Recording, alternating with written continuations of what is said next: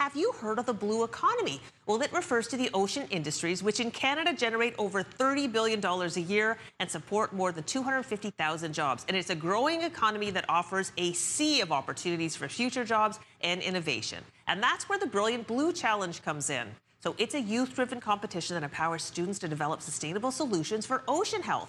And joining us this morning are two Brilliant Blue winners, Mayar, who is now a Bachelor of Science student at Dalhousie University and the current conference coordinator for both the National and International Brilliant Blue Challenge, and Zalata, who's a former winner. They're both former Halifax West High School students, too. Thank you both so much for coming in. Thank you so much for having us It's on. a pleasure. It is a pleasure to have you in, and I really want to get right into the innovations because this is a fantastic competition, and it's remarkable what you were able to accomplish as high school students. So we're going to start with you, Mayar. You created this thing called the Seahive, which is actually cleaning the water in Halifax Harbour. How does it work? Yeah, so Want to switch spots? And then you show me? Okay, great. So my team and I, we called ourselves the Micro Sea Solutions, and we made this Seahive, which is a micro ecosystem that utilizes multi-trophic aquaculture. So it is a micro ecosystem, like I just said, and it consists of two compartments divided by this clear division right here.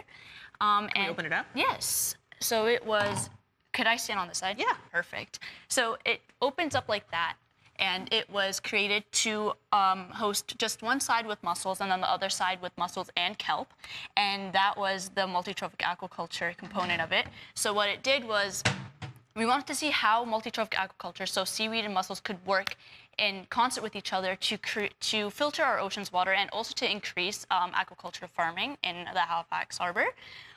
So yeah, we tested it in the Halifax Harbour. We thought if it could clean the Halifax Harbour and show positive results, then it could probably show positive results in any other body of water in our area. And yeah, we saw a decrease in acidity of our waters, and we also saw how our ocean was getting clean in a way that we saw a decrease in CO2 concentrations.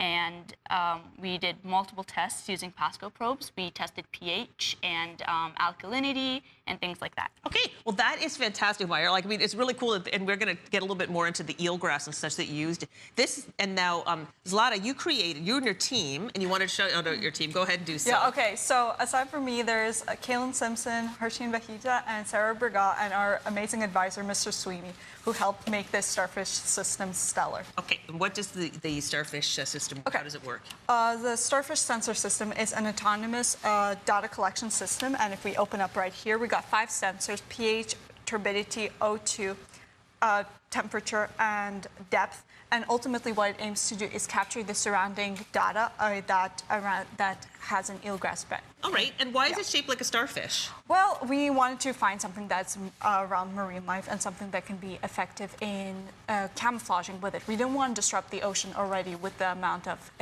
harm that humanity can do.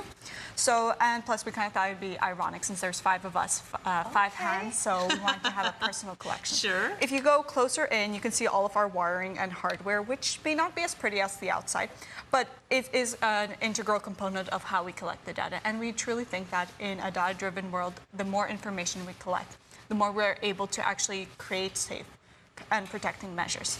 All right, now this won the contest. Yeah. Have you actually tested it, or is it a prototype that you hope to test someday? We did test it on like the day before the competition. It was pretty funny because me and Kaylin, we had to run 4 kilometers because we got confused with the testing site.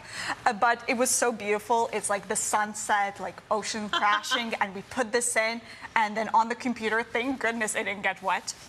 We got some signs that the temperature is being measured, the acidity is being measured, and so forth. So it's a work of art. It's clear to see, it is beautiful, and you can see that this would have scientific implications that could be used in the future, for sure, to gather ocean data. Now, Mayar, back to you. You have a bucket full of seaweed here. Yes, Did you want to bring that up and show us how that works? So what we have is, if you want to grab the eelgrass, eelgrass is for the starfish sensor, and then we have some seaweed as well. We were not able to bring any mussels in, but I'm sure we all know what mussels are, so that's okay. So this is our kelp right here. Okay. There we go. So these grasses work in tandem with the mussels to clean the ocean waters. This is fascinating. We're almost out of time, you two. So I'm going to say with you, Mayar, that other students are able to participate in this competition. There's one coming up in October. Yes, there is. We're having our first national competition this weekend here at Dalhousie University.